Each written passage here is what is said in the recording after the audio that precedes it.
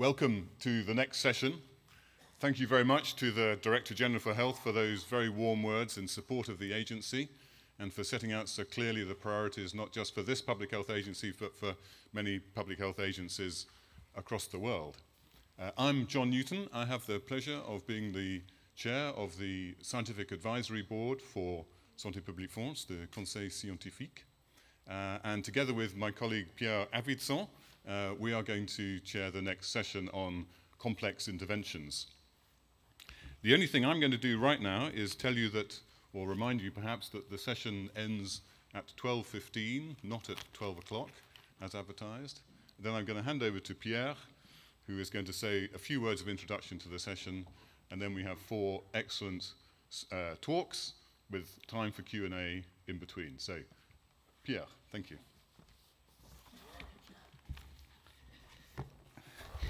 Donc, bonjour à tous. Good morning to all. Donc, tous les professionnels de santé publique So all public health professionals are perfectly aware of the great complexity of and the importance of social environmental determinants on healthcare, on health, as evidenced by the Delaware-Dagren system. That will be presented later on, amongst others. But these are fairly theoretical models. And yet, despite this awareness of complexity, we still keep using a silo-based approach with, for example, sectoral approaches like, for example, the National Plan for the Fight Against Smoking, the National Cancer Plan. And within these silo preventions, we rarely conduct in-depth analyses of legacy systems. And this silo approach also prevents us from properly tackling structural socio-economic determinants, which actually transcend all these topics. So we don't tackle root causes, the causes of causes. Now, we use this silo-based approach because it's simpler, because you work with only one community of experts, but also it's because we don't really know how to apprehend and describe the complexity of systems. What method should we use? We should learn to map out systems, and Harry Rutter will present a number of systems and examples later on. The fight against smoking has probably helped us to reduce by a number of influences, and the national tobacco control policy at national and subnational level is also a complex system, and we'll have a presentation by Michele Cecchini on this later on. So this session was organized at the behest of Laetitia Huard. I'd like to thank her, but also I need to thank Caroline Aouz, who helped us a great deal in preparing the session. But now, let me hand over to Laetitia Huard. Our presentation is entitled Individual Choices and Influences, the Interest of an Approach Based on Complex Systems in Public Health. Thank you.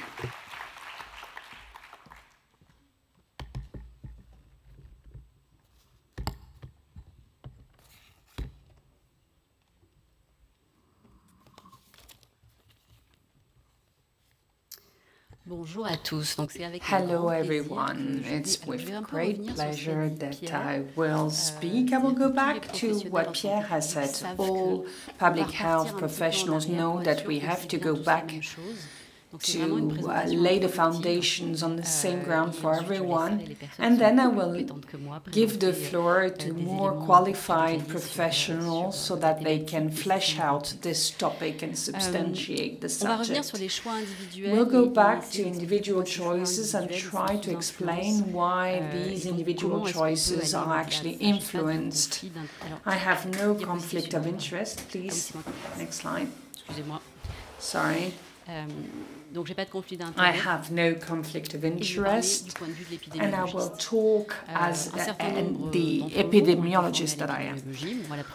We have all been acquainted with epidemiology within the agency. That's a an expertise that is well represented, we have this common culture of epidemiology. What do we do when we are epidemiologists? What is our obsession? Namely, to find the relationship that exists between exposure and an event. Our job is to quantify this association and to quantify it in the most accurate way.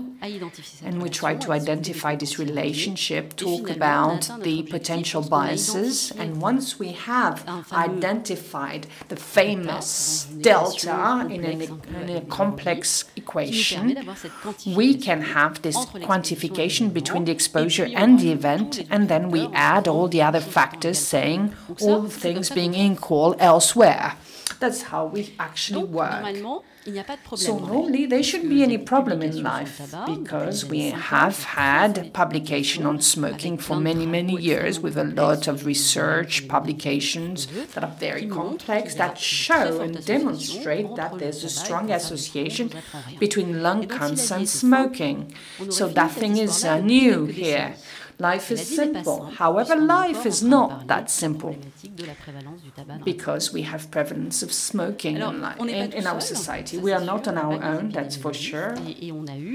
And we, as evidence has grown from scientific research, we've had tobacco industry studies that are more controversial, less accurate, and uses a common language to ours that is used in billboards and advertising, so as to have a marketing approach and continue carry on selling cigarettes. This is why epidemiology remains fundamental, because data are fundamental. We saw it with the COVID. We've had a lot of fake news that are not necessarily related to COVID.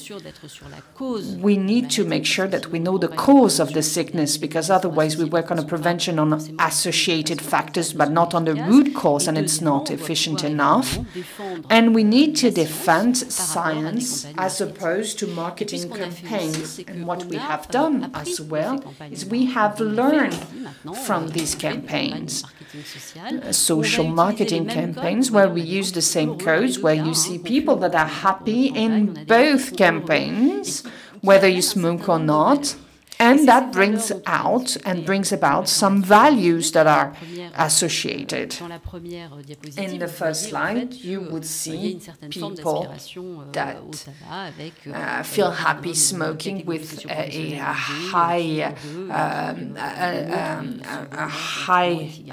a white collar smoking, who's very happy from a high social professional category. And then we have a greenish area where we have people that go beyond this issue of tobacco and that are very happy. So there are various ways of representing the determinants. We've talked about individual determinants. It's an individual choosing to smoke, basically, but it's not so easy. And we know that life, the environment, media will influence these choices, and notwithstanding the data that are widely known by everyone, it is very difficult to reduce the prevalence of smoking.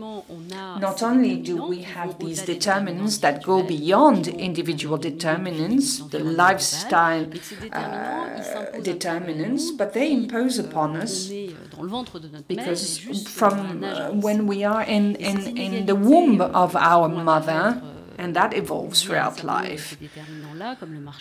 We also have the labor market, socio-economic factors, cultural factors. We have health inequalities that entail inequalities for the fetus itself in the womb of the mother, and we have little birth weight, low birth weight, for instance.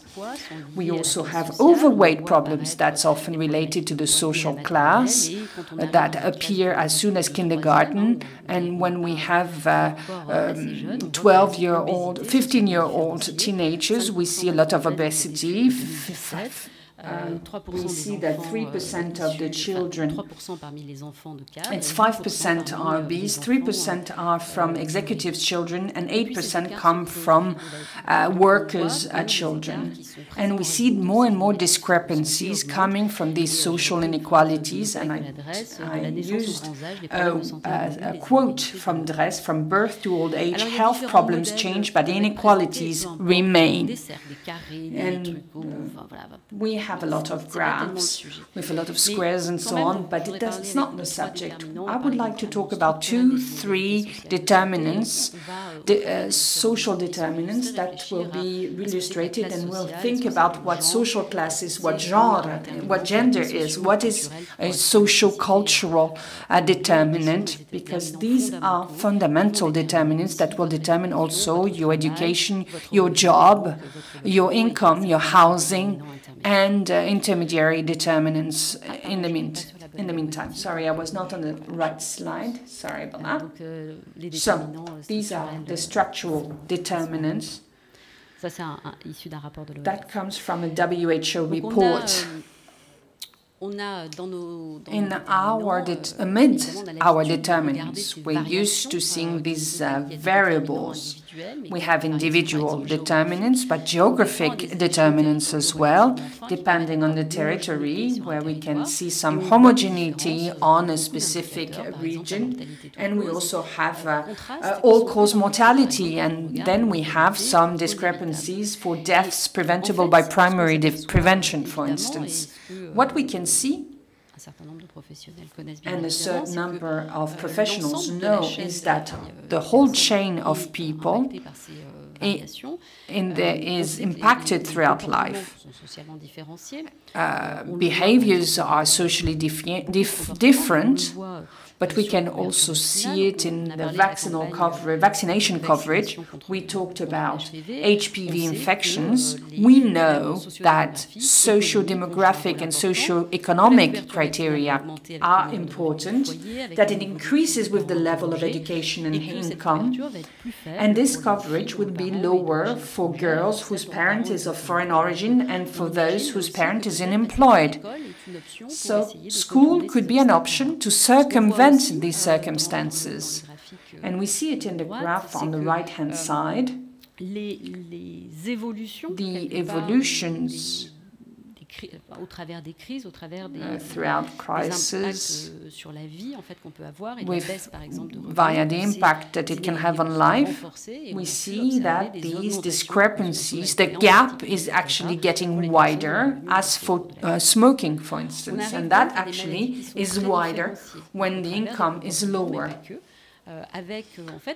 We have a risk of developing a chronic disease, and that actually depends on the lifestyle, on the level of life. We can see it with diabetes. This is quite a striking example. But also for cancers, we have a gradient that will impact on the mortality, and people have health behaviors that would be more favorable, with a risk of comorbidity that will be higher, and less care and less treatments, especially for socially fragile people. That was actually before the crisis. What I'm saying is not new. However, the crisis has changed somehow the status quo.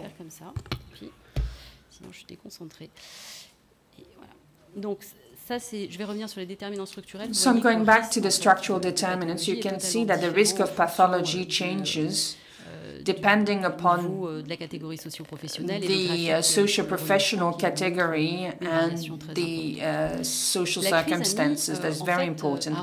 The crisis has put social inequalities at the forefront of society issues. We are in a system where screening, access to screening was free and quite easy. We see that the most vulnerable people were less screened, had a bigger incidence, and we could see it in different countries. The impact on mortality is quite different because it depends on the income.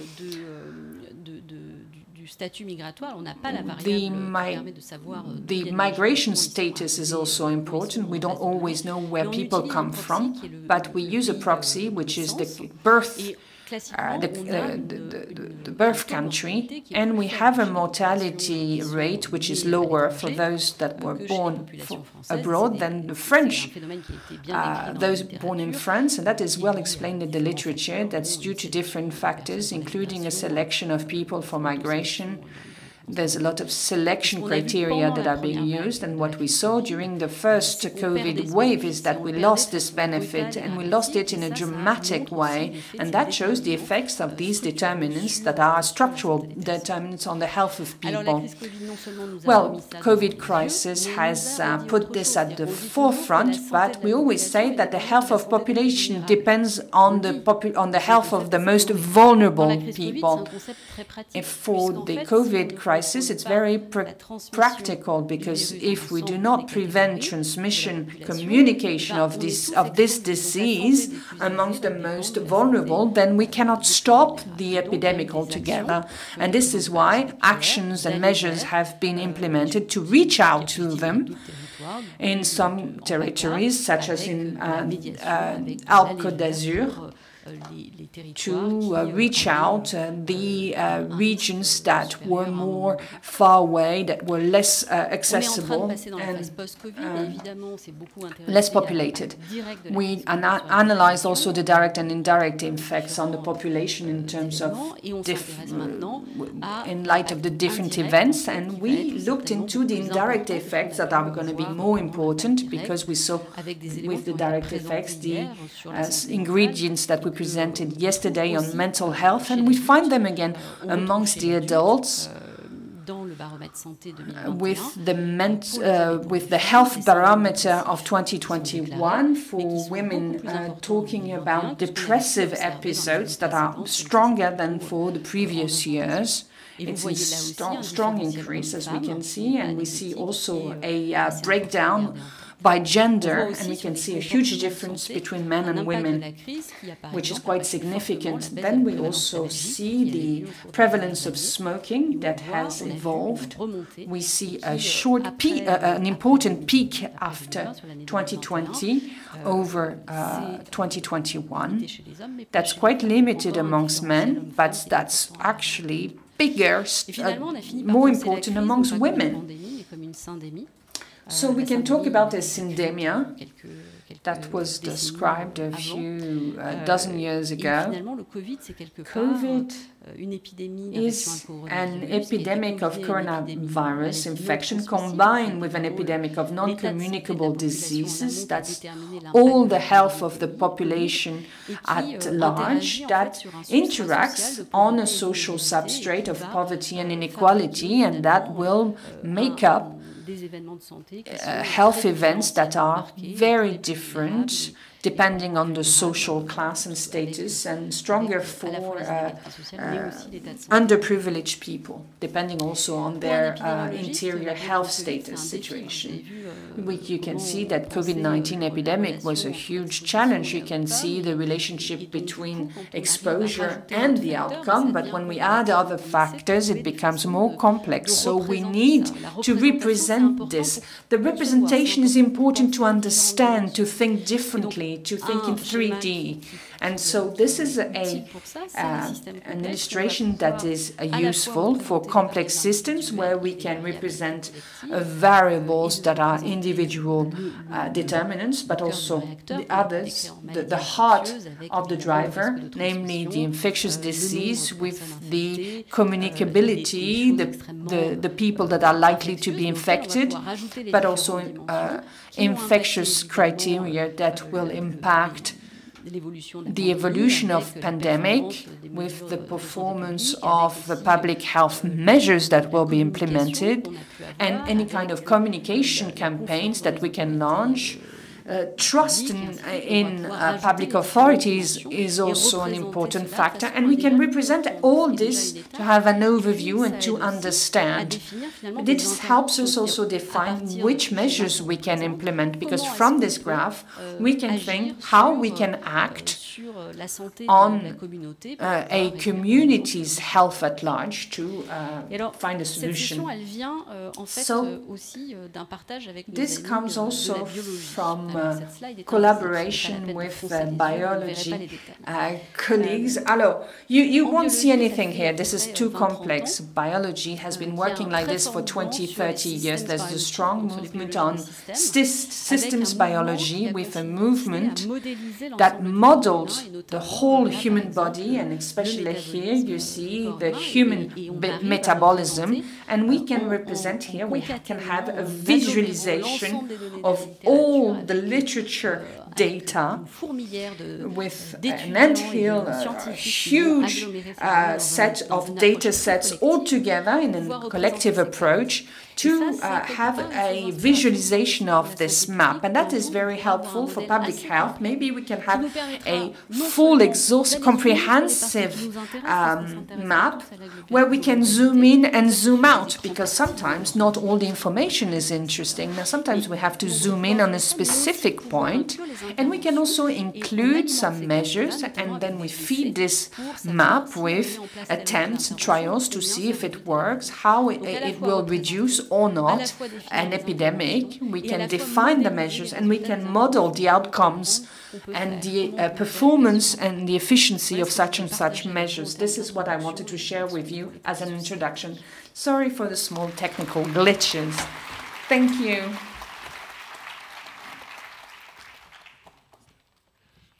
Thank you very much, Laetitia. That was a wonderful introduction to the subject. It's my pleasure now to introduce our next speaker, who is Professor Harry Rutter from the University of Bath. Harry has a very distinguished career as an academic, researching on physical activity and obesity, but he's best known for his work on complexity.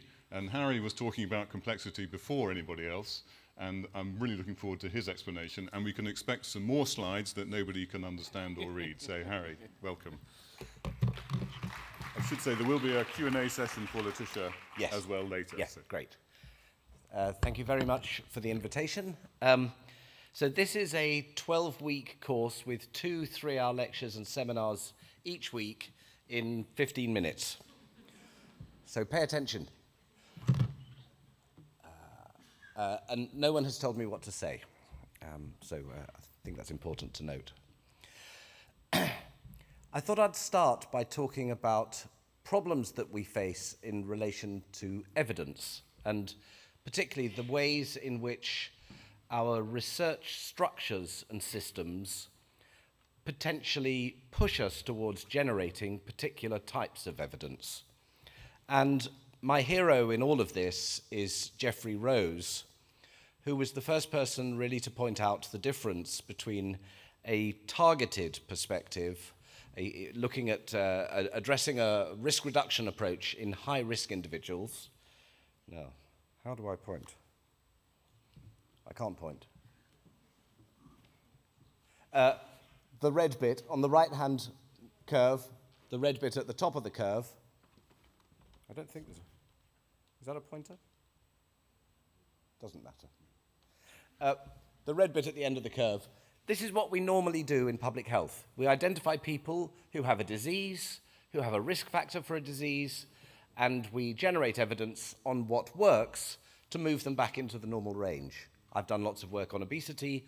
Lots of the research on obesity is about identifying people with obesity and moving them back into the normal range. What are the interventions that work to do that? Perfectly appropriate, respectable, desirable thing to do. What Rose showed is that there is another approach, and the two approaches are complementary. It's not one or the other. We should be doing both.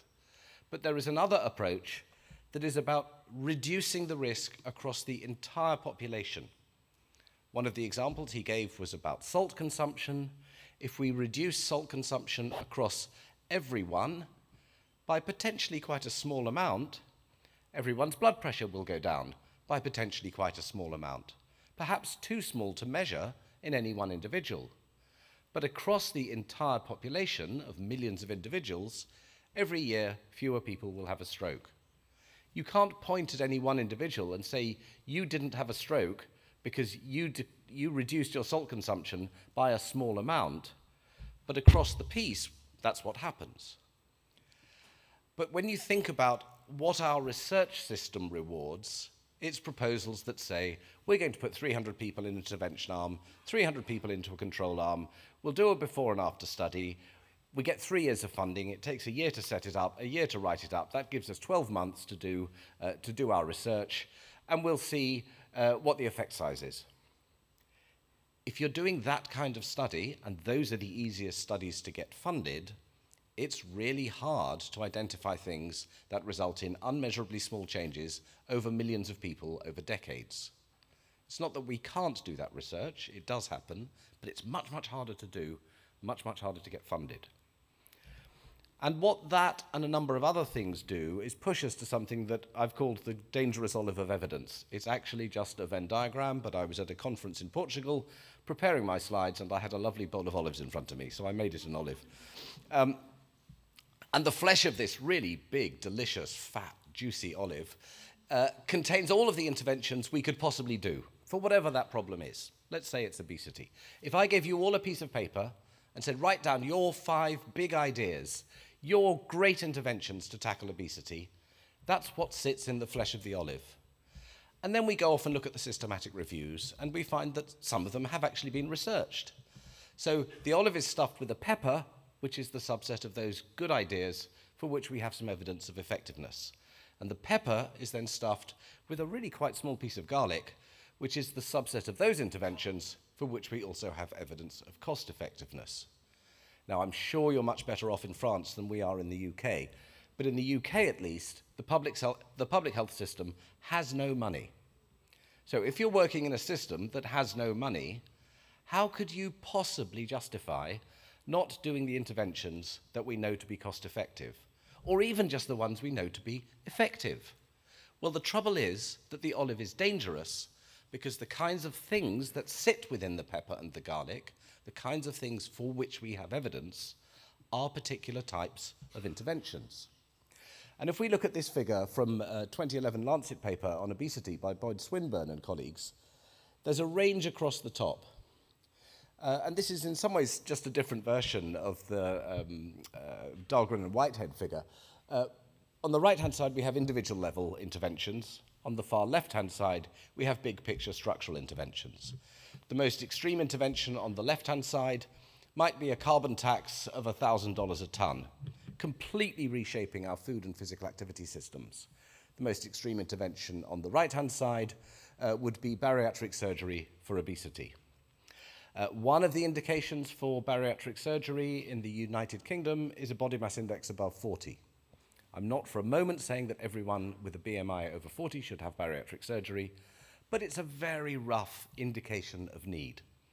It's a difficult operation to live with, but in the right individual, bariatric surgery can be transformational. You can reverse someone's type 2 diabetes within a week. But we have something like 1.5 million people in the United Kingdom with a BMI over 40, and pre-pandemic, it'll be much lower now, pre-pandemic we did about 6,000 of those operations a year. So fantastic in the right individual, irrelevant as a population level health measure.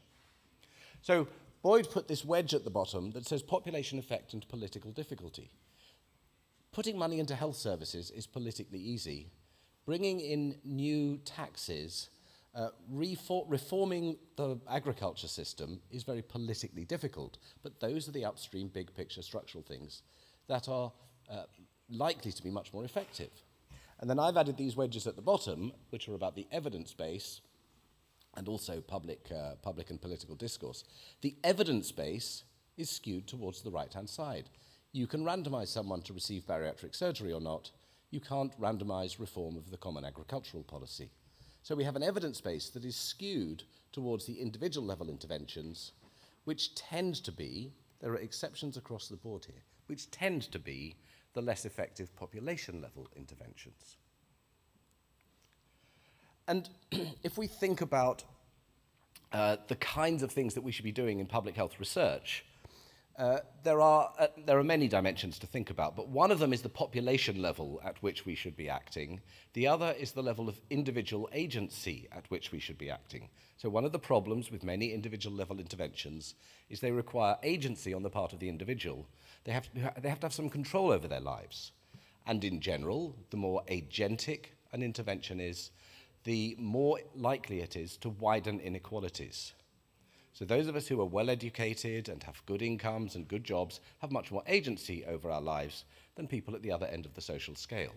So some of those interventions might have an effect on people like me, but not on people who are already suffering from deprivation. So in public health in general, we should be aiming for population level and structural rather than agentic interventions. But when we reviewed the research funding from our National Institute for Health Research, what we found was that most of the research was in the bottom left-hand corner.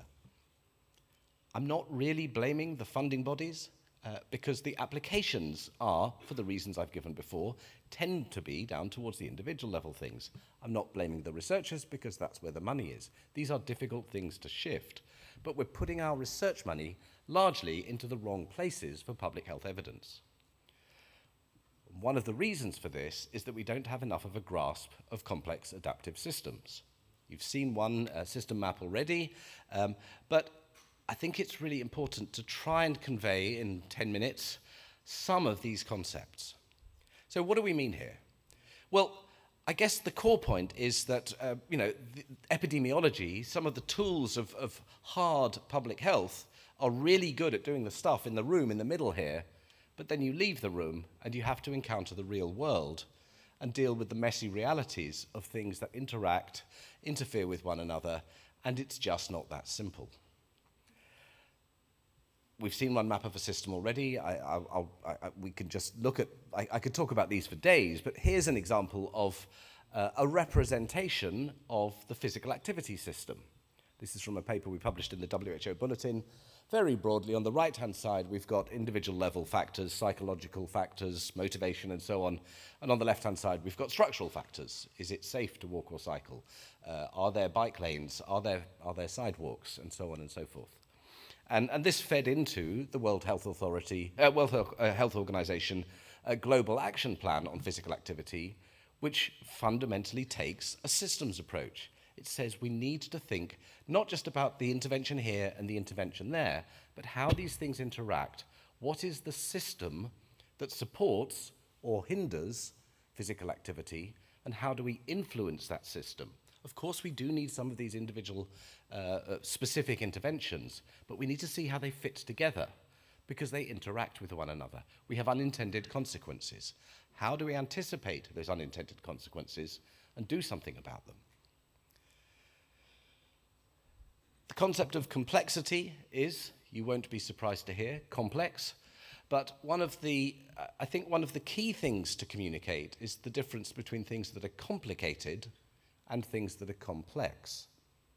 So a Saturn V rocket is extremely complicated, but if you know what you're doing and you've got all the right parts and all the right tools, you can build one of these things and you can put 3 extremely brave volunteers into that little cone right at the top and send them off to the moon. Now, I don't know how long a moonshot takes. Let's say it's 5 days.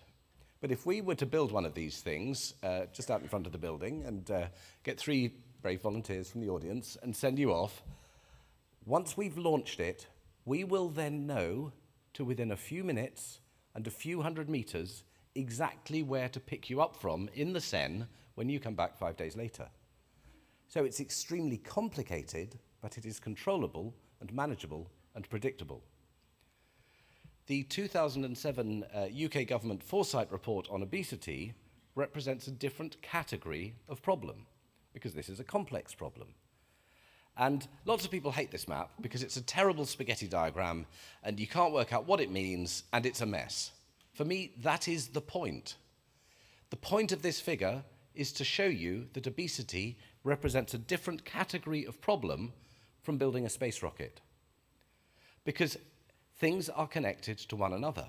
Broadly, we have a positive energy balance loop in the middle. We evolved to be hunter-gatherers. When you see a woolly mammoth, you kill it and eat it. When there are no woolly mammoths around, you put your feet up in the cave watching television. You conserve energy. On the right-hand side, we've got physical activity. On the left-hand side, we've got food. At the top, we've got social and cultural stuff. At the bottom, we've got biology, physiology, genetics. Right-hand side is about physical activity. The very, very best donuts I ever ate in my life were at a Department of Health regional obesity leads meeting in London. I had arrived on the train on the western side of London. I had cycled hard across London with my little folding bicycle. I got to the meeting. I saw the donuts. The wrap was still on them because these were regional obesity leads, so they didn't eat donuts. I had a donut. It was so good, I had a second one. I had expended about 250 calories cycling there and consumed about 600 calories worth of donuts when I got there. Physical activity was met with a response which was to consume energy. These things interact. You go to the gym, you work out for an hour, you buy a chocolate bar from the vending machine on your way home. It's the system. The other thing about systems that people forget is that systems adapt. So I'm on the evaluation team for our national sugar-sweetened drinks tax. And a logic model for how such a tax works is pretty straightforward. And all you really need to know is the price elasticity of demand for sugar-sweetened drinks. Put up the price, people buy less, they consume less, obesity goes down. Well, of course, it's not that simple. Because at every step along the way, the system pushes back. Before the tax is even brought in, industry tries to stop it happening, tries to make it as small as possible. Some of the adaptations are really positive. They're about reformulation. So between the announcement of our tax and its introduction, around a third of drinks had reduced their sugar to below the tax threshold. It's not all bad adaptation, but the system responds to intervention. So if you think you're going to get a simple linear relation like this, cause and effect from one end to the other, you're kidding yourself, because the system will respond. So it would be extraordinary if putting in a tax led to a reduction in obesity because of all these adaptations along the way, let alone the fact that sugar-sweetened drinks are only one small part of what contributes to obesity. Actually, we have seen some changes in girls resulting from this tax, but I wasn't expecting it. It's pretty amazing that we have, and we shouldn't expect it. So when we're evaluating these interventions, what we shouldn't be doing is expecting this. Instead, we can look at the system and look at the other things that might happen. Does bringing in a sugar-sweetened drinks tax change the acceptability of fiscal interventions in the food system? Might it mean that other things can happen? What are the other responses? I just wanted to finish with a couple of other points. So one of the points is that when you start talking about systems, people think it's all about modelling. And that's part of it, but it's by no means all of it. I'm on a European Horizon project called Co-Create, where we've worked with young people across 5 different countries to get them to map out what they see as the drivers of obesity. Very interestingly, so this map was put together, this is a composite map that was put together by 15-year-olds across Europe. Really interestingly, when you get old people like me to say what a system map of obesity looks like, we've got physical activity and diet and a bit about stigma. When you ask young people, a third of the things they talk about relate to mental health, mental well-being, social media, stigma, and so on. Now, that may or may not be actually the case, it's an opinion, but it's a very powerful tool for saying there is a hypothesis here that there is something going on in young people's mental health in relation to obesity that the old people like me are not looking at. So we're looking at it. This is very much a qualitative tool for hypothesis generation, but actually we've extended that and we've built a system dynamics model, and then we can model the potential impact of changes within the system. So we can move from the qualitative to the quantitative using the same sorts of tools. And broadly, there's a range here from systems thinking, the stuff I'm mostly doing, which is just about seeing the world differently, seeing that there's a system there. You can still do your randomized controlled trial, but think about how adaptation might affect it, up to the other end where you can build a model and do something quantitative. And I wanted to end by talking about time, because this, it seems to me, is something we've lost sight of in public health. We're always asking, what do we do now, and not thinking really hard about where we want to be. So when we think about childhood obesity interventions, I don't think I've ever seen a childhood obesity intervention that is really focused on reducing lifelong risks from obesity. We just say, obesity tracks from childhood into adulthood, we need to minimize obesity in childhood, and then move on. So we do lots of things for children in primary schools where they are young enough to be coerced that then stop. One of the things we do is set up walking school buses. You drop your child a kilometre from school, all the kids get together, they meet in a car park somewhere, they put on a high visibility vest, they walk hand in hand in a group with a teacher at each end, and they go to the school. So what we've done there is we've taught them that walking is a weird behaviour that needs personal protective equipment in the form of a high visibility vest.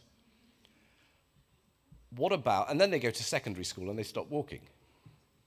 What about if we used walking school buses as a tool to ensure that we have safe environments in which kids can wear whatever they like and they can all walk to school, whatever happens?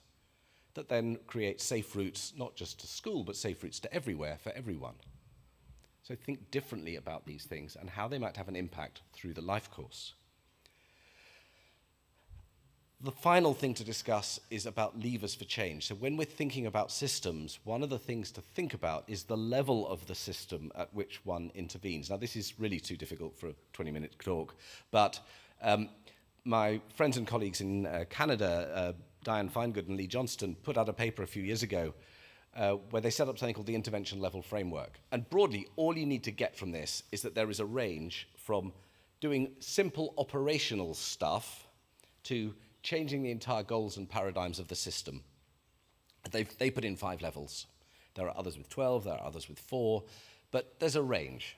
They then analysed a load of obesity strategies, and what they found was that almost everything was at the basic operational level, and almost nothing was trying to change the fundamental drivers of the system. An example of what changing the fundamental drivers of the system looks like is the Wellbeing of Future Generations Act in Wales, which says that all public bodies need to take the account of their policy, not just on the current generation, but on future generations, as a result of which some motorway extensions and other road building projects have not happened because of the impact in relation to the climate emergency. That changes the fundamental goals and the fundamental drivers of the system, and a whole load of other things, operational things, happen as a result. So if we come back to the Swinburne diagram, I guess what I'm saying is not that we need to stop doing individual level stuff, although we need to be careful about widening inequalities when we do, but that we need to rebalance this and also act much more at structural level, and thinking and working in systems is part of that. And the reason this talk is called chess, not checkers, is that if you play, do you know what I mean by checkers or drafts? Simple game. It's on a chessboard, but with simple pieces. I don't know what you call that in French. Dame. Dame. Okay. Dame, not chess. In public health, we tend to play dame. We just say, what's my move? Whereas if you're good at chess, you've got a whole load of moves ahead. You've got an end game in sight. You think where you're going, and you work out a strategy to get there, and you know you won't be able to follow that strategy because your opponent will do something annoying that means you have to change, and you adapt. So I'm arguing that in public health, we need to play dame, not chess, and think differently, think about the future, think where we're trying to get, and understand that we're trying to do all of that within messy, complex systems. So there's some conclusions. You don't need me to read them. Thank you very much.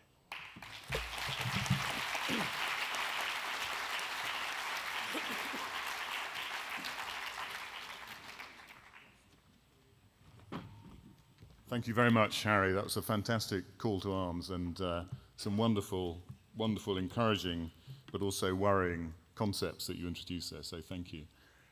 We have 10 minutes now for questions, comments for both our speakers, for Letitia, who gave a really excellent introduction to the issues, and for Harry. And people will have to speak into microphones so that we can translate. So if you'd just like to put your hand up if you have a question or a comment, and a microphone will arrive.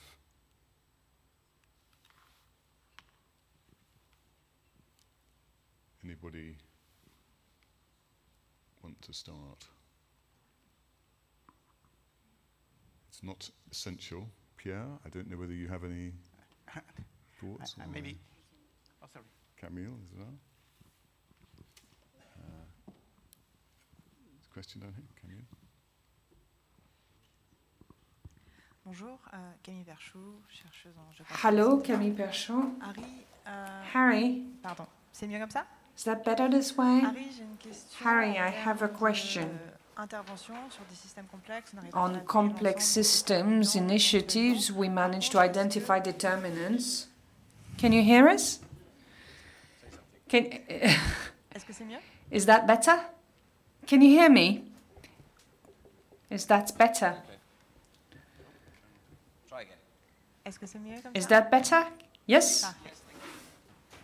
En termes d'intervention sur In terms of interventions on complex systems, what is important is the way we will intervene in terms of on timeline. Do we have to act simultaneously on all these determinants, or should we schedule interventions depending on distal or proximal determinants?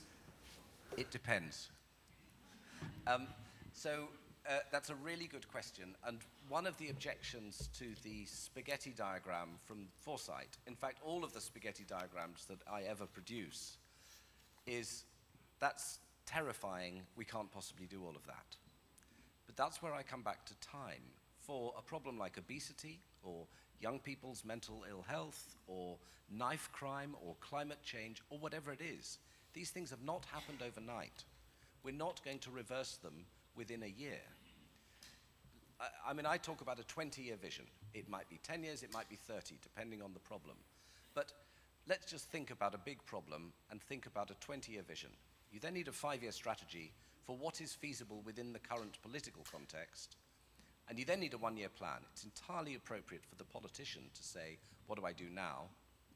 But if you've got a right-of-centre government, the things you'll say to the politician might be different from if you have a left-of-centre government. Their priorities will differ.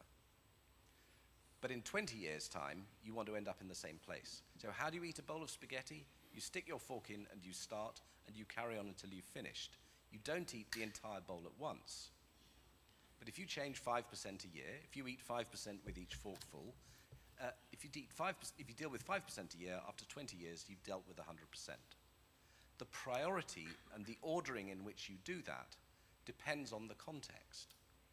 So you've done amazing things in Paris in terms of active travel and physical activity over recent years. If I was coming to Paris to talk about physical activity, I wouldn't be saying, sort out your cycling in Paris. I don't know what else I'd do, but I'd look somewhere else.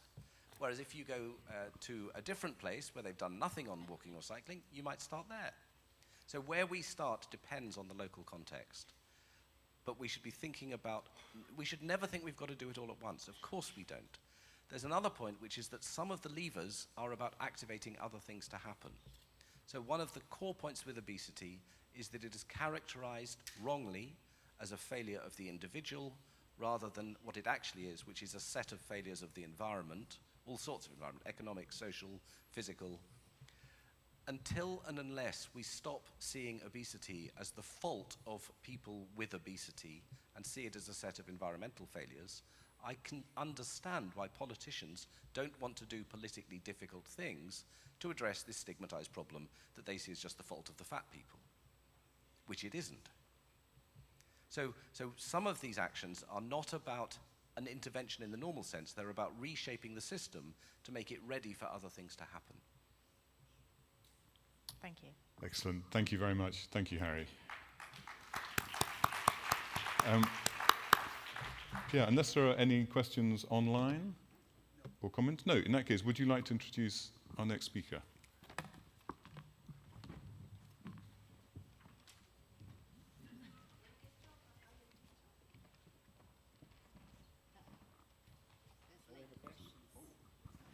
Merci.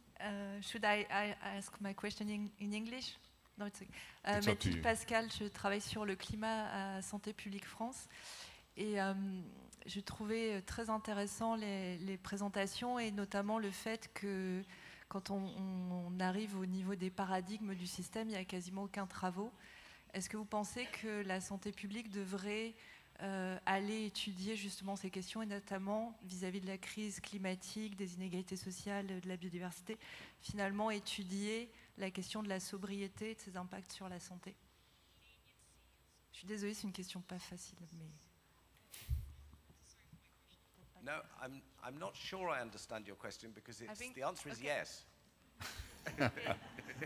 But we are not doing it at all at the moment. Well, we're doing it a little bit, but absolutely we need to do more. So I'm co-chair of a Lancet commission that is looking at the syndemic links or the system links between non-communicable disease, infectious disease, particularly pandemics, and environmental degradation. So we have a set of common problems with common drivers. We have a food system that is harming the environment, that is producing ultra-processed foods, that are making people sick, that is putting animals in closer contact with humans, increasing the likelihood of pandemics, which are then affecting the people who are more sick because of the unhealthy food system, and so on. These things are related, and there are some common things we can do to address them. So if we ignore big picture structural factors, such as the climate emergency and much wider environmental problems, then we're missing some of the key drivers of the biggest health problems that we face.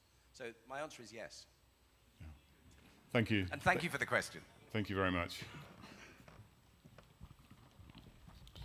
Bonjour, donc maintenant nous avons le plaisir d'accueillir Camille Perchou, qui a accepté le challenge de venir nous présenter. Elle est géographe de la santé, en particulier avec une compétence en géographie quantitative et aussi en planning urbain. Et elle travaille à l'Institut luxembourgeois de recherche en socio-économie. Et je vous invite. Merci.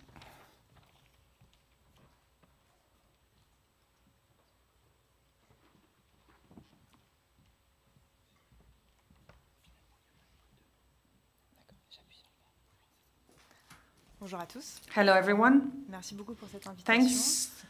Thank you for this invitation. So we'll talk about a socio-ecological approach to determinants of health. Pas de conflit d'intérêt. No conflict of interest, obviously. En quelques mots, In a nutshell, the socio-ecological model explains how an individual interacts with their environment in the formation of behavior and shaping health behavior. More or less, before the 60s, the individual is the only one responsible of their behavior. But with the socio-ecological, we stop blaming the individual, we give some dignity back to the individual, and we think about the system in which the human being evolves that actually plays a role in the shaping of health behavior over time. This is a model which is governed by a certain number of principles. The most iconic one is that there are several levels of determinants that have an impact on health behavior. When we talk about levels of determinants, we talk about the individual level, the individual, him or herself, then the interpersonal level, the individual and their interactions with people surrounding that person, but also cultural interactions, the environmental level, the buildings, transport, the socio-economic environment, and the organizational level, namely political factors. These interact together to shape behaviors. The socio-economic behavior, the attitudes of an individual, the individual behavior modify a way an individual can apprehend their environment. And the socio-ecological model is specific to a specific interest, to a specific behavior that's not specifically transferable to another environment. So what I would suggest is to see how the socio-ecological model can explain the physical activity and sedentary lifestyle. We have to be attentive to the multi-level, the interactivity and the specificity levels, may it be in terms of observation, but also interventions with different age groups, may it be children, teenagers, adults, and seniors. So as to talk about the multi-level determinants of activity profiles, we have an ActiCity study which takes samples from different cohorts, 99,295 adults in the Net Santé cohort that answered some online questionnaires on perceived health, but also physical activity and sedentarity lifestyle perceived, but also the STAC questionnaire, but also the leisures, transport, labor, your job, also residential environments, the way people perceive the environments, and also attitudes and social support. Rather than studying the physical activity and sedentary lifestyle in an individual way, we worked as a whole to have profiles that are contrasted depending upon the energy spent and the way they are generated. So we have 6 contrasted profiles and clusters, and we can see that less than 60% of the population is very sedentary at work, that 98% engage in sedentary leisure activities, apart from the number 6, which requires more hobbies, that is more active in terms of hobbies, and apart from cluster number 1, which is very active in social professional group, we have 5 and 6 that are more active in transport and hobbies, that account for less than 10% of the population. We looked into multi-level determinants to see if they belong to 1, 2, 3, and 4 are actually more sedentary, and we see those that are in transport and hobbies that are more active. What we see here is that a perceived residential environment with a strong presence of services, of cycle paths, reduces the odds of belonging to the sedentary cluster and it reduces by 25 to 36%. Same thing, a positive representation of walking and cycling is associated with a reduction in the odds of belonging to a sedentary profile, and also social support. When we have regular cycling and walking with the family, that reduces the odds of belonging to a sedentary profile and to be more in the active transport. So we see the different levels of determinants, the individual one with the representation, the interpersonal one with the social support, and the environmental one with the representation of the neighborhood and how it is perceived from a residential point of view. Now, if we talk about interactivity of perceptions and attitudes, how do they interact with the built environment of residential neighborhoods in the same cohort to shape physical activity behavior? See, here we talked about the walkability of a neighborhood. We talk about walking. We assessed it in an objective way through different validated KPIs, such as the foot coverage, the connectivity of the streets in the neighborhood. And we asked about the perceived walkability. Do I see my neighborhood as something that is walkable in a low way, or medium way, or high? The perception of a neighborhood as walkable can increase to from 20 to 55 minutes of walk as to the real walkability, the actual walkability of a neighborhood. Same thing for errands. If we see that our neighborhood is walkable, it increases by 37 to 84 minutes of active transport per week, as opposed to the actual walkability of the neighborhood. So we actually rely upon the perception as a driver to adopt active behaviors. And then, when we talk about specificity of determinants with our exposure and our outcome, which is the physical activity, we looked into the way the environments were specific to sedentary behavior in specific places or areas of activity. For this, we used the Cura study, that's the contrasted urban settings for a healthy aging study, that used a GPS and an accelerometer tracking, and they answered some socio-demographic questionnaires as well. To study the specificity of environmental determinants, we have identified 4 sedentary behaviors, the total time spent, the sedentary time spent at home, the sedentary time spent in transport, on the move, and sedentary time spent on all activity places visited during the week. These 4 sedentary behaviors are objective measures drawn from the GPS and the accelerometer tracking.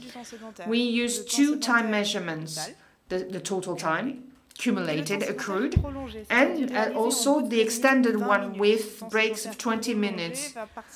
That will mainly represent the sedentary time that is that undermines health. As for seniors, and when we awake, we have 8 hours of sedentary time. 75% of sedentary time is done at home, 14% in transport, and 11% in activities that are outside the residence. Amongst these 8 hours, 68% of sedentary time is in extended sedentary, so chunks that are larger than 20 minutes.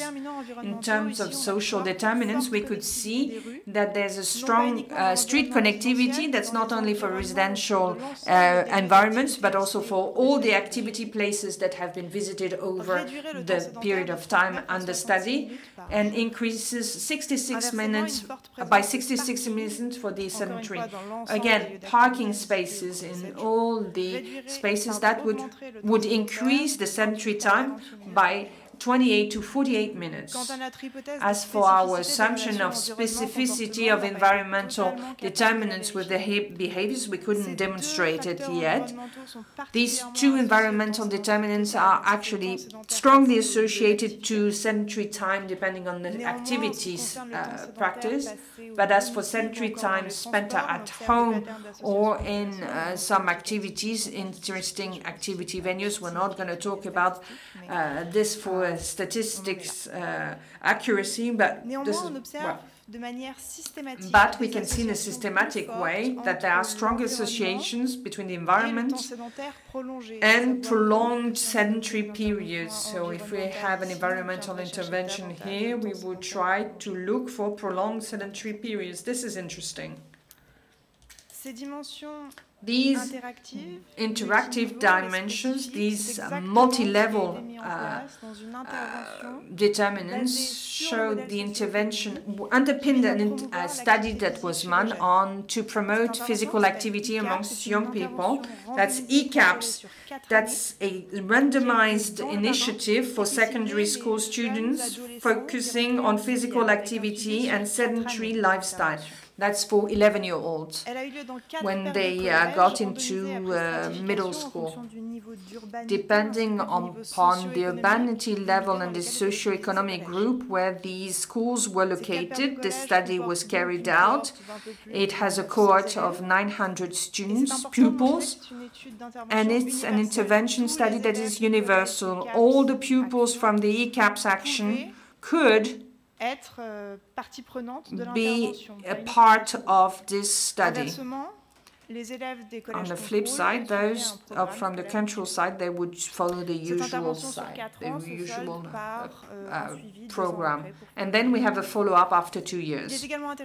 What is interesting to note is that this would target all the movement behaviors, structured physical determinants such as clubs, but also sedentary time spent in front of TV, playing video games, which is a lot of sedentary time actually.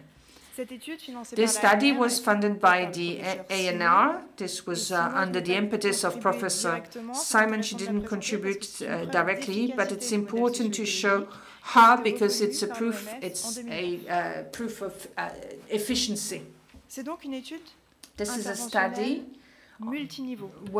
focusing on intervention at multi-levels, where we go in the environment of the subject study, where we see the representation of physical activity, the knowledge, the attitude, the motivation. This intervention, this initiative aims at changing, amending the social support to create a structure that is conducive to physical activity with families, teachers, educators, to create an environment where the teenager can use this new knowledge in a synergic way with their social environment. And the aim was to change the physical and institutional conditions of physical activity by proposing other physical activity opportunities that are more numerous, that are safe, but also by diminishing the usual barriers that are financial, for instance. This initiative is multi-level but also intersectorial because a lot of stakeholders took part into the chain of this socio-ecological model.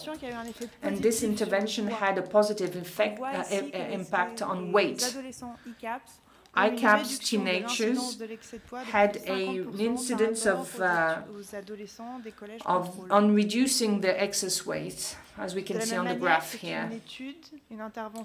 This study had a beneficial impact on behaviors. There were more structured physical activity, the percentage of engagement in that type of structured physical activity for active transportation, and also TV time.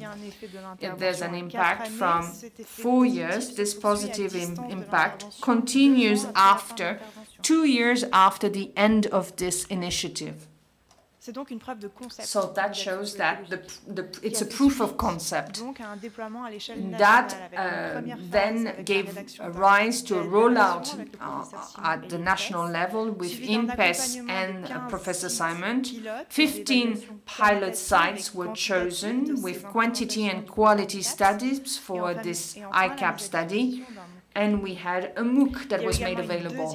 Then there was a second phase at the national level around the creation of a national center for the deployment of physical activity and fight against sedentary lifestyle that supports and assesses the rollout, the scalability throughout the French cities in 23, 24 or 31 ICAPS projects. Less than half are in underprivileged socio-economic regions.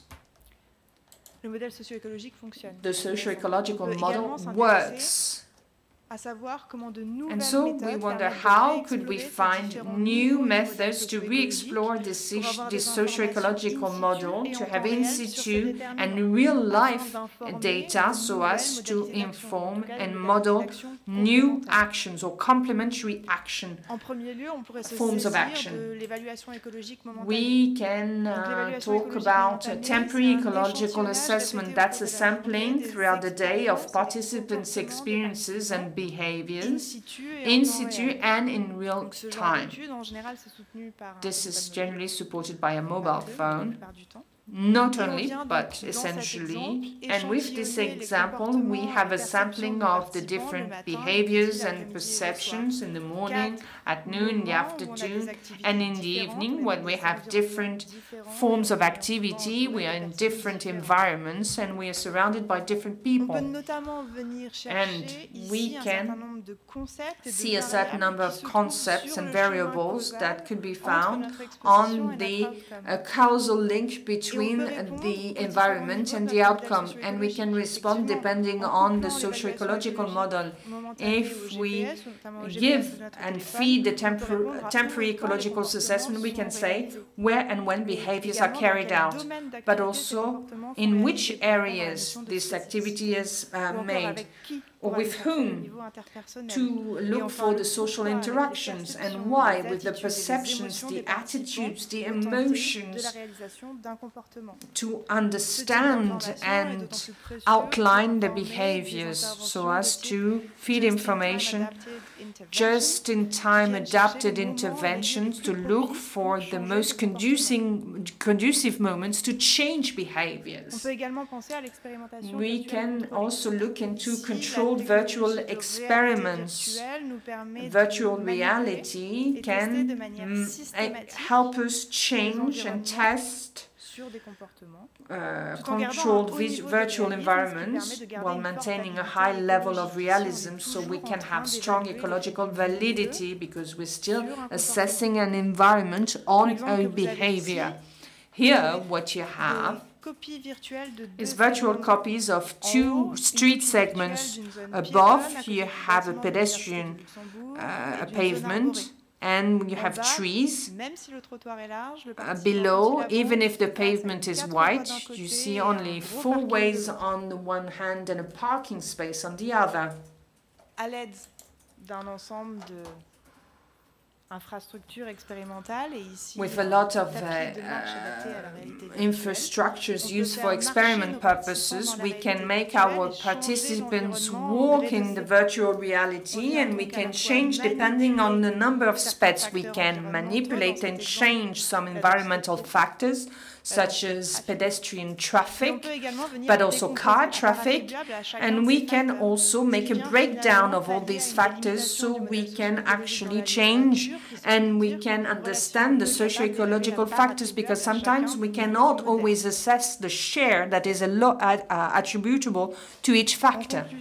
So as a conclusion, as a wrap-up, we can say that the socio-ecological model is straightforward. If it's not underpinned by environment and public policies that make health choices practical, attractive and economical, however, it requires an implementation that is interdisciplinary, cross-sectorial, but also that is focused on citizens with a co-construction for the implementation of this model. Thank you.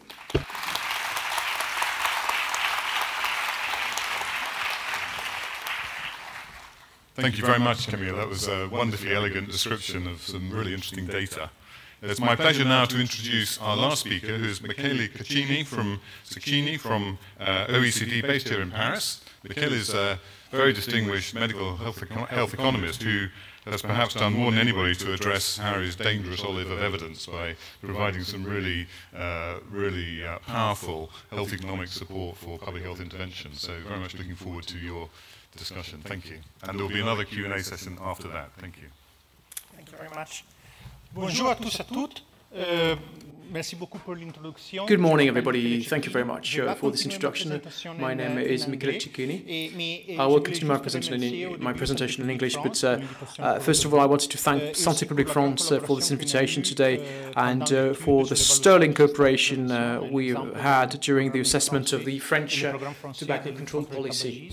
I'd like to thank, well, there are lots, actually too many people I'd like to thank, but I'd like to particularly thank France Imbrec, Pierre Louison and Yabudan for the great cooperation. For the rest of my presentation, and I'll tell you a little bit more about how OECD, in collaboration with Santé Publique France, has evaluated the French program on tobacco. We heard at the beginning of this morning La DG Générale Santé speaking about the objective of having a generation free from tobacco in the next decade or so.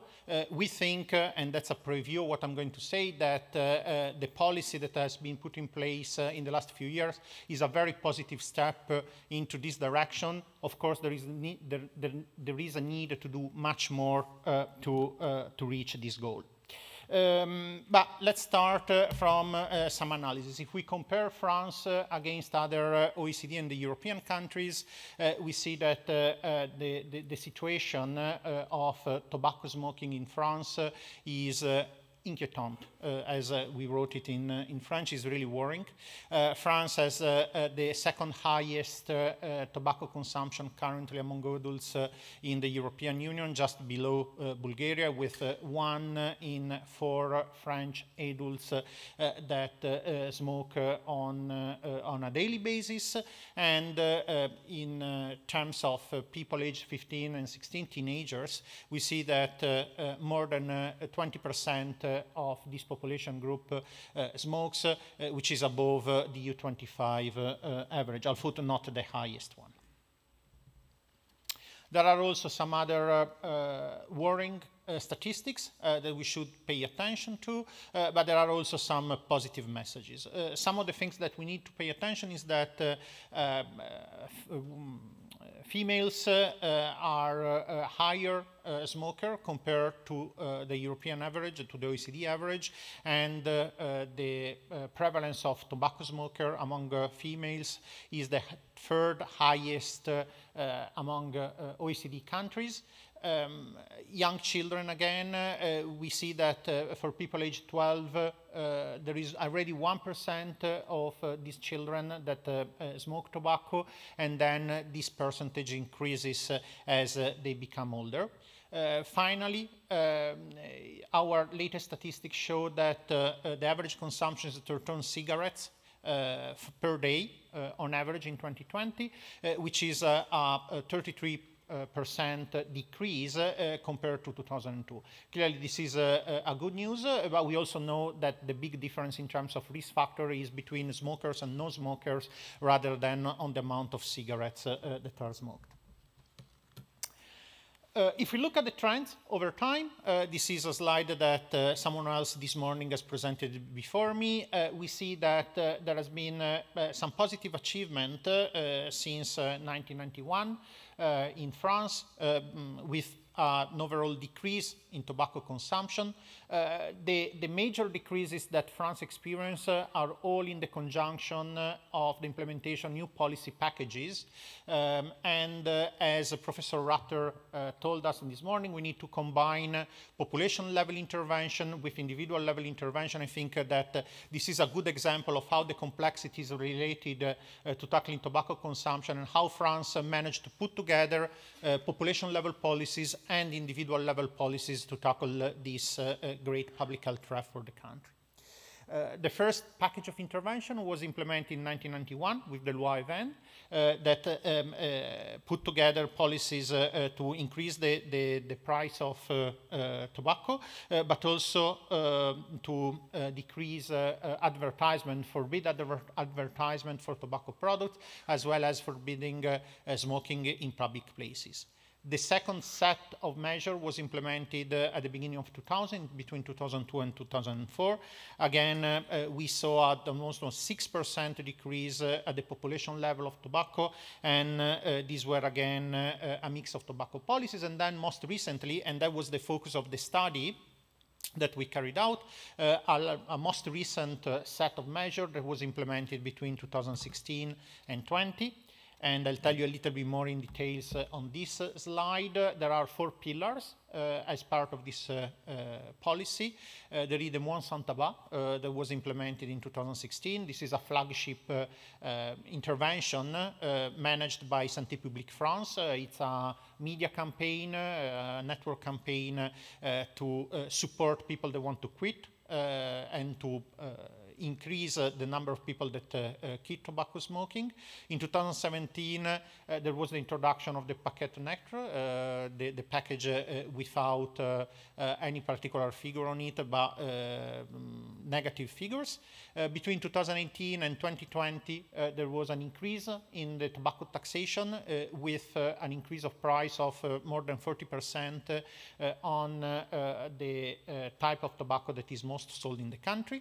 And then in 2019, there was the introduction of reimbursement for the substitutes of nicotine, of tobacco smoking, which is possibly the most expensive component in the whole package implemented by France. But it's a very important one because substitutes of nicotine have a cost, and particularly it's a great support for people in lower socioeconomic group that want to quit smoking. In terms of analysis, I don't want to go too much into the methodological details. You find information on our modeling approach at the link on this slide. But fundamentally, we have developed, and with the data provided by Santé Publique France, we have adapted our microsimulation model to depict the trends in tobacco smoking resulting from the implementation of the package, and we have projected how this policy may provide additional results in the years to come. I'm going to present you results for what we call the average scenario, but we assessed a number of different scenarios based on various factors, including some of the negative trends we saw during the early phases of COVID, in which we saw an increase of tobacco consumption. So, in a nutshell, these are the achievements between now and 2050 of the implementation of the tobacco policy in France. We forecast that France could avoid 4 million cases of NCDs related to tobacco consumption between 2023 and 2050. The positive effect that the decrease in chronic diseases has been measured on 2 big dimensions. One is on workforce productivity. Persons that do not develop cancer, persons that do not develop cardiovascular diseases caused by tobacco consumption are more likely to stay active in the workforce. If they have a job, they are less likely to take sick leaves. They are less likely to retire early because they are better health. And this corresponds to about 19,800 additional people in the workforce, in the market, in the workforce market. To give you an idea, an hospital, an university hospital, such as one in Lille or Toulouse, has a workforce of about 16,000 people. So we are talking about a significant amount of extra people that can contribute to the workforce. People that are healthier have also lower expenditure for health, and we calculated that every year France is saving almost 600 million euros, 578 million euros due to reduced healthcare expenditure. Bear in mind that this number takes into account that people that do not develop diseases due to tobacco may develop other diseases. And if they don't die, they may stay alive and they may develop other diseases, chronic diseases, including dementia, for example, and so on.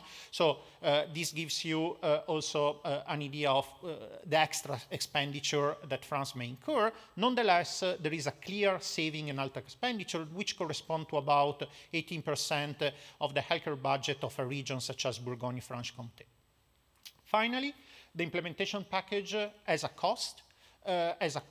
Which is much smaller compared to the saving in healthcare expenditure. We calculated for each euro invested by France into this package, France has a return on investment of about 4 euros, is 1 to 4, which is an excellent return on investment, possibly in the order of magnitude of even Bitcoin at the beginning of the bubble, and it's great saving for the country. A special focus of our report is on the moins sans tabac, which is one of the key elements of this policy. We calculated that the contribution of moins sans tabac is about 1/5 of the whole package. And it's a very effective and cost-effective policy. Our calculations suggest that moins sans tabac avoid about 500,000 cases of chronic diseases in the period, and the economy is in the order of magnitude of 94 million euros for each year in terms of healthcare expenditure. Finally, there is also a positive impact on the number of workforce that contributes to the economy. One of the other focuses of our analysis is on understanding whether COVID-19 and the trends we saw in 2020, 2021, how they may have impacted the implementation of the policies and the positive effect achieved during the policy. Between 2019 and 2021, we saw that the number of prevalent people, the prevalence rate, has remained fundamentally stable at the population level. It increased a little bit, but it increased significantly, particularly for women. 1 in 4 persons that define themselves as a smoker has increased the number of cigarettes consumed, with the priority area persons being women, young people, and a person with higher level of education that teleworked. So teleworked in a way, people that telework were more likely to increase their consumption of tobacco. finally, bad news. During the confinement and the initial period of COVID, the number of persons that got engaged in wines and tobacco responded to this policy decreased, and we calculated that the impact of COVID may have decreased the impact of the policies by 10 to 15%. I stop here. I thank you for your attention. You can find the report in French at the link on the screen. Thanks.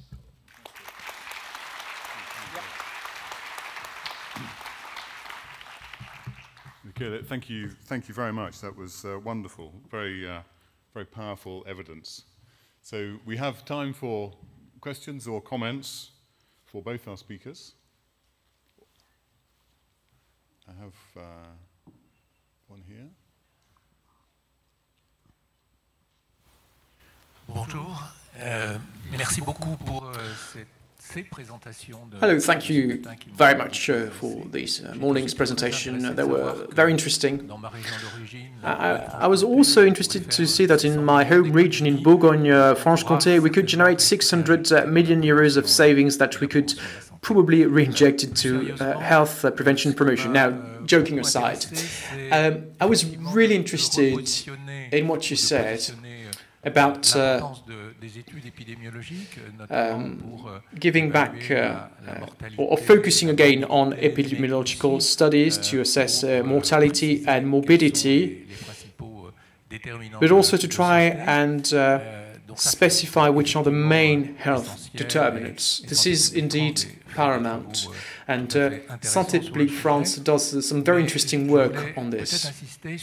Now, I wanted to slightly focus on what we sometimes call the science of solutions, which was presented by a number of speakers this morning. So, what type of action can be taken to address these issues related to health determinants? And in this regard, two models have been presented, one based on complex systems, what you called complex systems, and another one on the socio-economic approach. And I have to say that it resonated with me, because it's really the same as the Ottawa Charter model and the model of health promotion with the 5 strategies proposed by the WHO in the 1980s. So it's quite old already. So as far as the model that you have presented is concerned, the socio-environmental model, is there any difference with the sort of model championed by the Ottawa Charter and health prevention? Thank you very much. Thank you very much for your question. I don't know whether, Michele, you'd like to answer that, and Camille also. Does it work? Yes? Yes. Okay. Thanks for the question, and happy to contribute that the tobacco French strategy contributes to the decrease in the expenditure for your region. Not all the money that I mentioned go to your region, but your region also gets its fair share of savings. Now, in terms of the type of intervention, this morning we discussed a lot on the complexities related to overweight, obesity, and physical activity. Professor Rutter is really an expert in this field, and clearly, he used this as an example. I'm sure that if we looked at tobacco rather than many others that were mentioned this morning, environment, we could see the same type of complexities. The health promotion and prevention is a very important area, and the Ottawa Charter is really the starting point. Based on that, there are a number of areas. Yesterday, for example, in the session of alcohol, we talked a lot about the best buys, which is the WHO best buys, that OECD contributed to the calculation of some of these best buys. It's a mixing of different dimensions that should be taken into account in deciding which type of policies we need to combine. I definitely agree that we need a mix of both population-level policies and individual-level policies. Other things that we should take into account is the effectiveness of the policy, how much is the bang for the type of policy we implement, the affordability. France is a high-income country, as well as the vast majority of OECD countries. But there are type of intervention that in some cases perhaps we are not able to buy, or they are too costly even for high-income countries. They tend to be more individual level intervention than population level intervention, feasibility of the intervention, as well as their impact on social inequalities. With this in mind, I think that is some of the components that France has kept in mind when they designed their tobacco strategy, which is really based on the best buys from WHO. Thank you. And Camille, given what we know about complex systems, what sort of interventions do you think we should be supporting? I think, like, based on en français ou en anglais, pardon. Basé sur, en tout cas, l'exemple qu'on a donné ici, un des principes du modèle socio-écologique, c'est aussi d'agir simultanément sur l'ensemble des déterminants du modèle. Peut-être une des aspects qui n'a pas été mis en évidence dans ce qui a été présenté. Mais on est également dans une approche complexe. Le système socio-écologique ne vient pas contre l'approche complexe, mais bien s'intégrer dans une approche complexe, avec le fait qu'appuyer sur un déterminant peut agir sur certains comportements ou avoir un effet ricochet sur d'autres déterminants. Yeah. Thank you. Thank you. I particularly like the question because as you are encouraging us not to abandon our previous knowledge, but to build on that previous knowledge in the future. I mean, even interventions that we might think of as simple, like vaccination, have to be seen as a complex intervention now, because of course, if the population are not supportive of your vaccination campaign, it won't work. So it's a progression in our understanding, not a revolution. Thank you. Question here. Oui, bonjour. Ça va? Okay. Bonjour, la question est Good morning. à Monsieur Tabac. This is a question for Mr. Tobacco. Could you put back? Could you put some? Give us some perspective between smoking, vaping, and cannabis, but particularly vaping. Isn't it actually the emergence of e-cigarettes and of this practice which has had an effect? So at the end of the day, shouldn't tobacco control campaigns be extended to the overall concept of smoking or vaping, because other substances may have a harmful effect on health, even though we cannot maybe measure them yet? Yes. Yeah, it's a question that we thought it would arrive at a certain point, particularly in a country such as France, in which there is really a growing number of people that is using, and youngsters in particular, that are using alternative to tobacco smoking. The French strategy that we assessed did not include a component to tackle these other forms of smoking. That certainly is something that is becoming a growing public health problem, I think.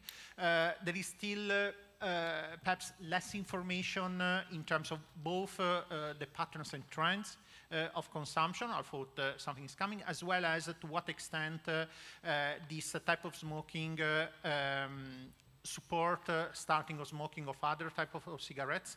My understanding, for what I've read until so far, is that yes, there is clearly an increase in likelihood that people, perhaps youngsters, that start smoking electronic cigarettes then will continue smoking tobacco in the future, as well as to what extent this type of products help people that are tobacco smoker to switch to electronic cigarettes, which are less harmful to some extent compared to tobacco.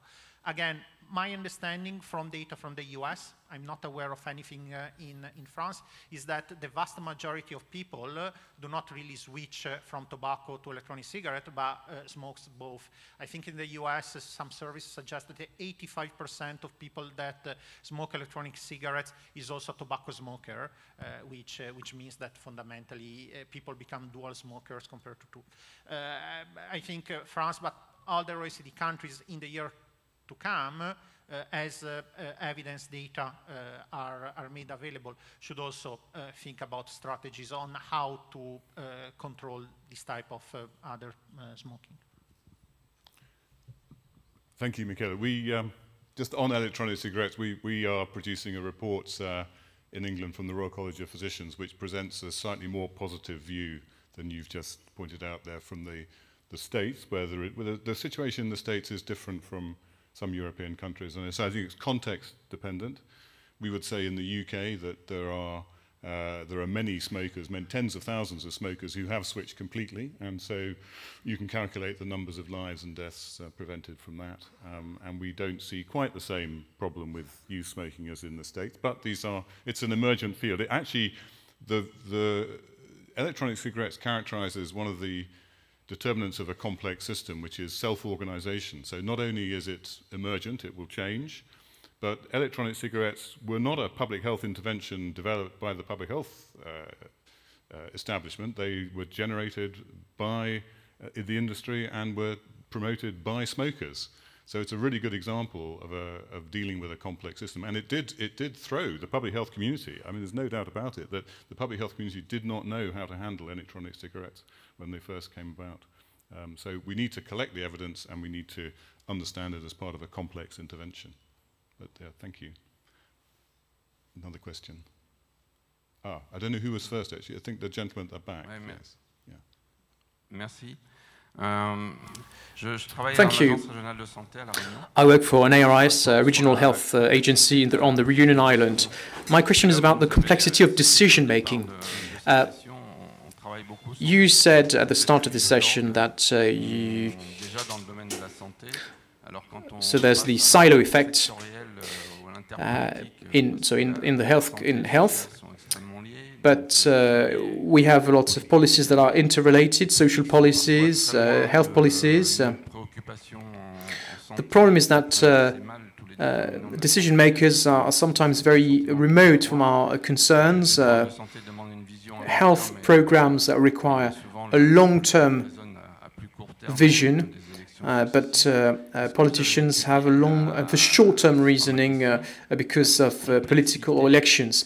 Now, my question is, have you studied the complexity of decision-making systems overall, particularly in health? Because this is quite interesting.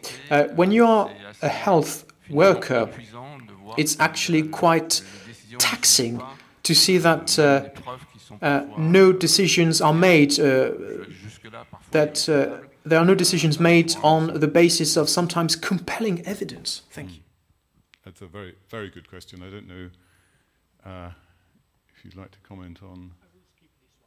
Yes. I'll try to answer that one. Yeah.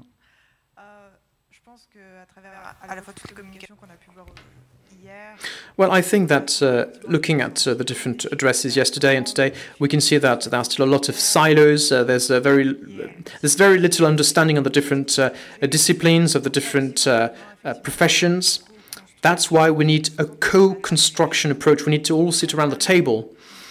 It's not only about working upstream or downstream and trying to determine what's been successful or not afterward.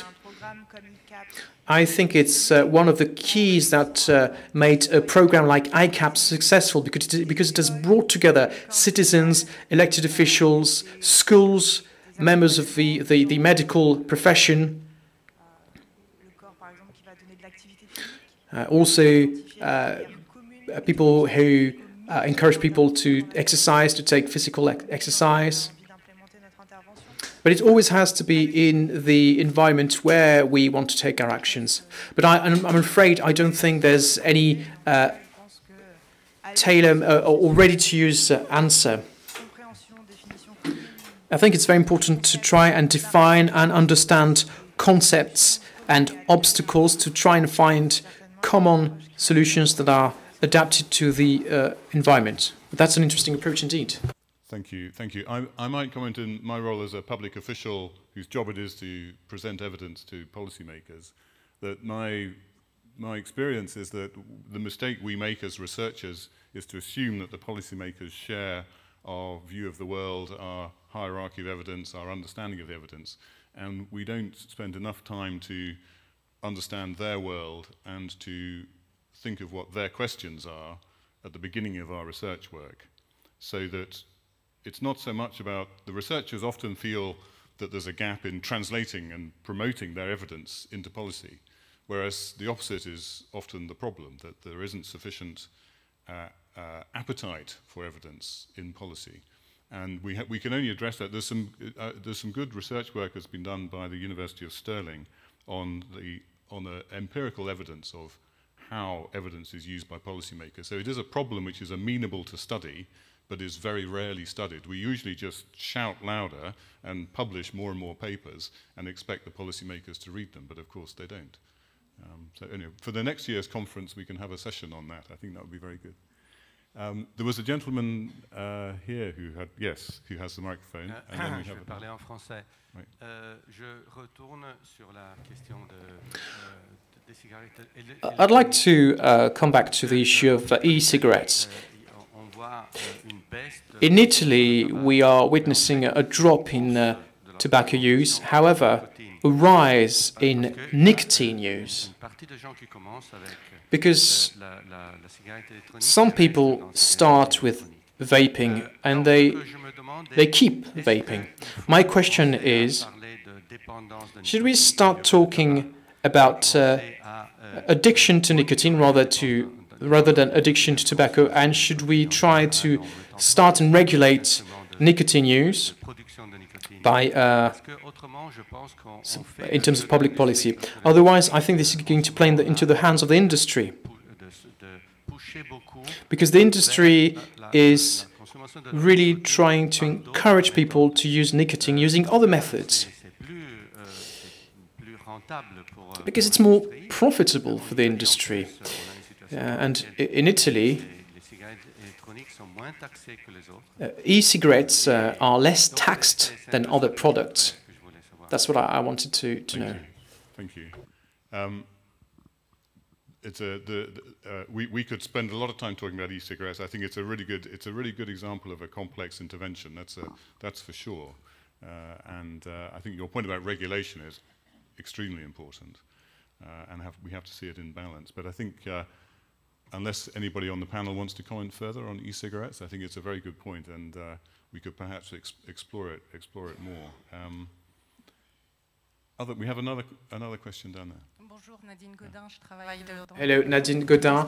I work in the development of psychosocial skills in the school environment. And as far as decision-making is concerned, I was wondering about the study on complexities, about interpersonal challenges in decision-making, the balance of powers, of egos, etc. Is this really taken into account in policies and in the way projects are developed, irrespective of their nature? Because I think that organizations, irrespective of their nature, have needs. People, have a thirst for recognition, etc. How are all these dimensions interrelated? Thank you. Yes, that's a lovely question. Thank you. That's reality. Maybe we can answer that strategy should be less on tobacco, but they should be engaged collectively. There's no strategy per se on social media that work on this discussion with people. It's used on a permanent basis, basically.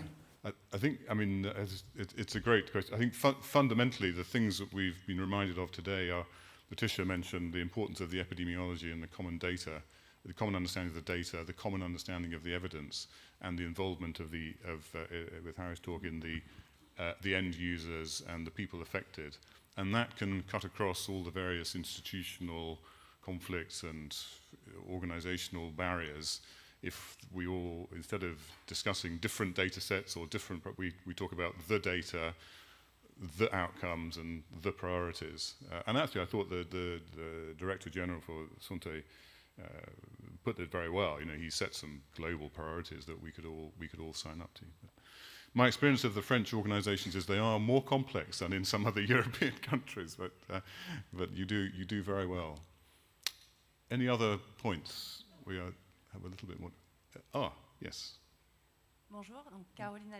Hello, Caroline Adams for Santé Publique France. First of all, my warmest thanks to the four of you for the quality of your speeches and the complementarity of the topics that have been tackled.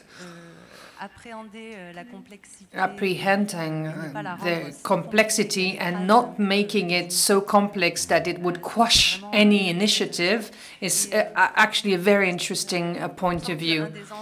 One of the issues at stake that was mentioned that is very important is transdisciplinarity. It is necessary to apprehend this complexity, and it's not easy to implement. I had a question for Dr. Perchou on your presentation. You mentioned the differences of perception between the walkability perceived or assessed for a particular neighborhood and that is perceived by the neighborhood user, by the resident. And that can actually have impact on the physical activity of an individual. So I was wondering, what are your assumptions? How can you explain these discrepancies, these differences? Is there a link between nudging type initiatives that could have more impact than the environment quality itself? Because that would actually play on the perception. Thank you. Thank you for this question. Indeed, we are on two different and complementary concepts. The way an individual will interact with their environment, the way they live, the way they perceive it. We can think that perception is in a relationship with the causal, the way they are, the way they perceive it, and how the environment follows this perception. We can think that perceptions modify the way we experiment an environment and how it influences the behavior. We are on both mechanisms. This is my opinion. They are complementary. They're not antagonistic.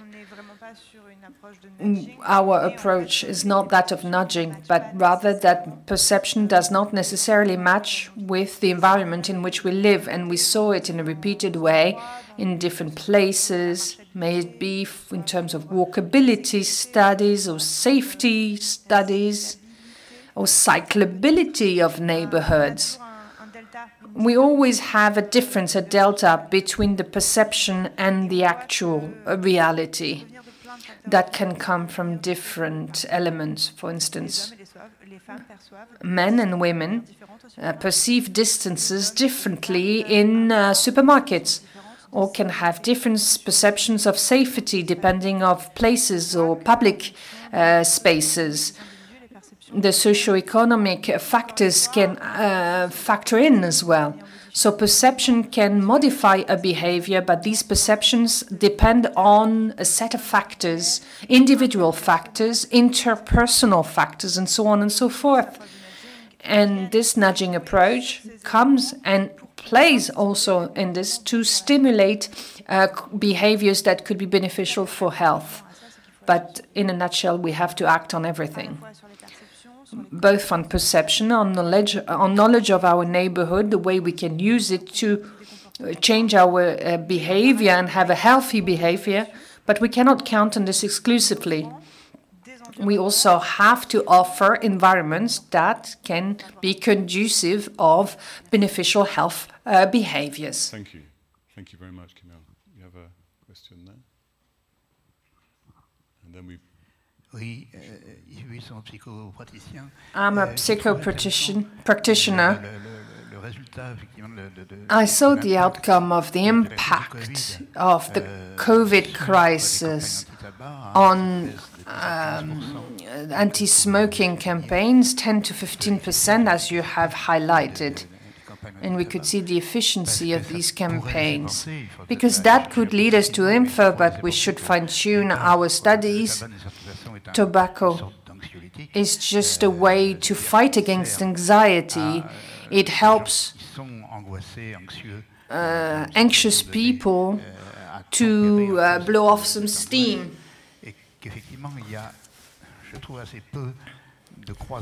And there's not a lot of cross cutting comparisons between the somatic data and the scientific data in this field. Maybe we should delve into some more deeper studies, but from a scientific point of view, it's more difficult to assess this than from a followed-up psychological assessment. And in the scientific realm, we work on rational data, on difficulties between the human being and their relationship with themselves. Thank you. Yes, the importance of transdisciplinary research is absolutely right. Michele. Yes, a quick follow-up on the comment/question. I agree. It's very interesting. Bear in mind that we had the data to assess only really the very bad phase of COVID, 2020 and 2021. One of the things that we would like to do, not necessarily linked to the French tobacco policies, but more in general, and we have a project on this as OECD, is to understand to what extent what we saw during COVID across European countries, it was a one-off, a noise in a long-term trend, or it's a shift of lifestyle behaviors. This morning I presented changes in tobacco consumption for France, but we saw for other European countries very similar patterns to some extent, also for other risk factors, physical activity, alcohol consumption, and so on. The big question, I think, is really if it was one-off and then people go back to the lifestyle and the intervention we are going to put in place to the more general trends, decreasing trends we saw in the past few years, or whether there was a switch in some way and there is a new pattern that emerges after COVID. This is something for which we probably be able to say something more in a few years' time when we have data to cover the whole period 2020 to 2023 and so on. Thank you very much, Michele. Thank you. Well, I think, we have one more question. I think one more question and then we will wrap up, but thank you.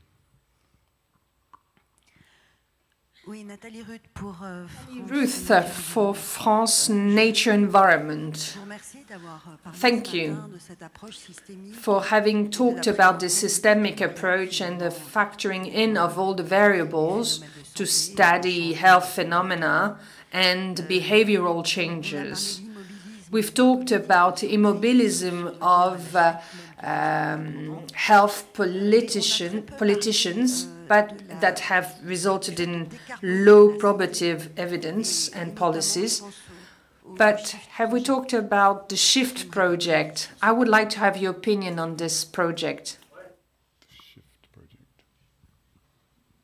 You may have to tell us more about the SHIFT project. It's a French project that takes into account all the elements that can reduce CO2 gas emissions in the field of health. That means that we take into account health-related variables such as behavior, attitudes, prevention policies, and so on. But in a more general framework, we take into account also other elements, how to decarbonate health, including CO2 gas emissions in transportation or for the manufacturing of medicine, for instance. Thank you. Anybody want to? Yes, Michele, and then... Quickly, that's really an emerging area of work that we have at OECD and my team is start covering. We know that about 5% of total gas emission across OECD countries comes from the healthcare sector, broadly defined, whether it's for moving people to hospitals, moving goods to hospital, pharmaceutical, and so on. There is a lot that also we believe public health can do to decrease the impact on the impact of the health system on the carbonization of our economies. What we are doing is to look at, in the next few years, to start producing results, not just in terms of savings in terms of healthcare expenditure or increasing workforce productivity, but also look at how public health intervention modify and hopefully positively impact the production of greenhouse gases and pollution by healthcare system. So, for example, now we have a project looking at, very similar to what the colleague was presented. We look at best practices across OECD countries of how public health intervention promoting a modal shift. So, for example, walking or use of bikes in cities may impact CO2 production by people, and down the line also have a positive impact on physical activity of the population and so on. Yeah, thank you very much. Thank you. I mean, it's clear every public health intervention now has to bear in mind climate change and the impact. Is no question about that. Well, thank you very much for all your comments, and I'm just going to have one or two closing remarks before we thank our speakers. I mean, firstly, we've had 4 excellent talks. Letitia reminded us about the importance of the epidemiology and the huge impact of vulnerabilities on outcomes and how we need to have a plural approach to that.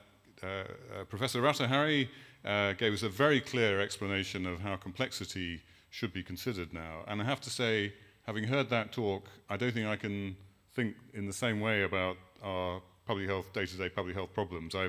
I'm sure I'm one of the people who was guilty of having a much more simple view because I have a problem in front of me and I can see a simple solution to it, but actually you come out of the room and it's much more, the real world is much more complex, and we cannot deny that. We have to accept the complexity.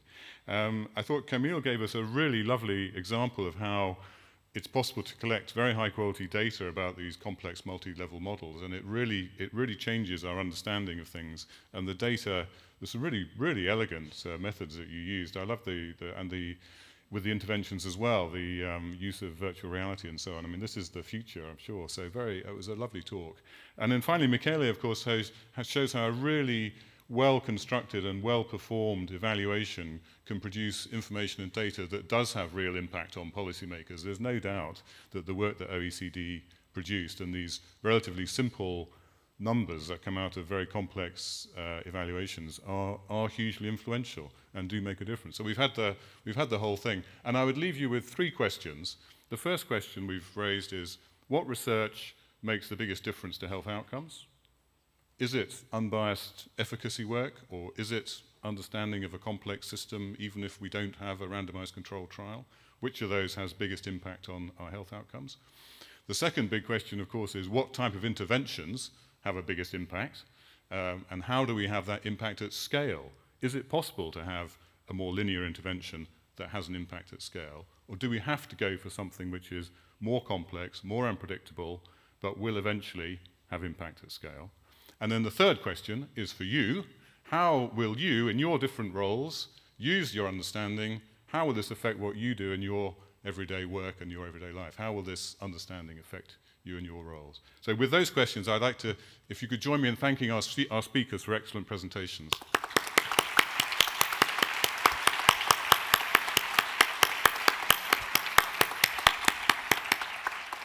And I'd also like to thank all of you for some really excellent questions as well. So thank you.